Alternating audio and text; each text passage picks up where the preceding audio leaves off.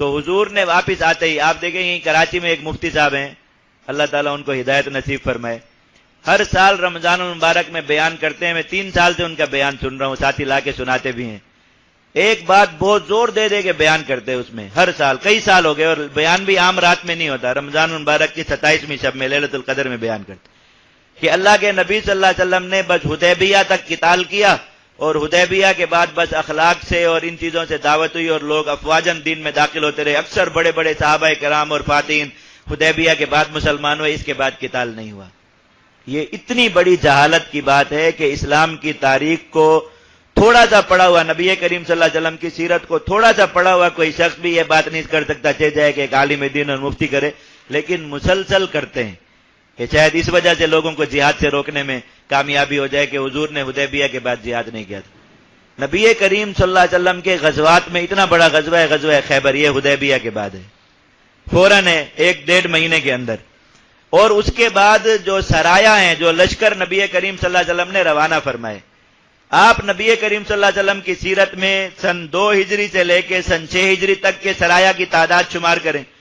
اور سن 6 ہجری سے لے کے سن 8 ہجری تک فتح مکہ اور حدیبیہ کے درمیان کا جو 2 سال سے کچھ کم کا عرصہ ہے،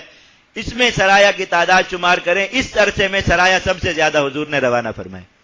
اس لیے کہ جو بڑا دشمن تھا جس کی وجہ سے سارے چھوٹے چھوٹے دشمنوں کو طاقت تھی، وہ اس کے ہاتھ بند گئے، تو حضور نے ادھر لشکر ادھر لشکر ادھر لشکر ہر طرف لشکر روانہ فرمایا کہ ان چھوٹے چھوٹے سب قبیلوں کو مسخر کرو۔ اب مشرکین مکہ بیٹھ کر صرف تماشا دیکھ سکتے ہیں، آج مسلمانوں نے خیبر فتح کر لیا، یہود کی طاقت ہمیشہ ہمیشہ کے لیے ختم، آج بنو مستلق کو فتح کر لیا، ان کی طاقت ہمیشہ کے لیے، آج فلاں کو فتح کر، اللہ تعالیٰ نے صحابہ کرام کو دکھانا شروع کیا کہ دیکھو یہ تھی فتح مبین، ورنہ مشرکین کی طاقت باقی رہتی، تم ان چھوٹی چھوٹی قوموں سے بھی نہیں لڑ سکتے تھے، کیونکہ ہر کسی کی مدد کے لیے وہ آ جاتے تھے مکہ والے، اب یہ نہتے ہو گئے، تو اب اس سارے عرصے میں یعنی فتح مکہ اور حدیبیہ کے درمیان صرف 18-19 مہینے کا وقت ہے، 2 سال بھی پورے نہیں ہیں،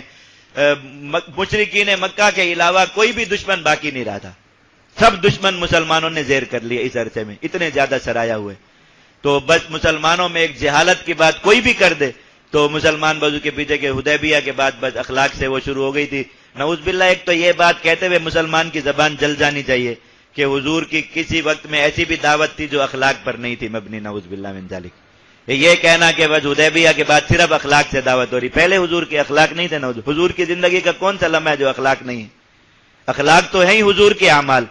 اور حضور نے جہاد کے بارے میں فرمایا والجہاد خلقی، حضرت علی رضی اللہ عنہ کی روایت ہے کہ میرا اخلاق جہاد ہے،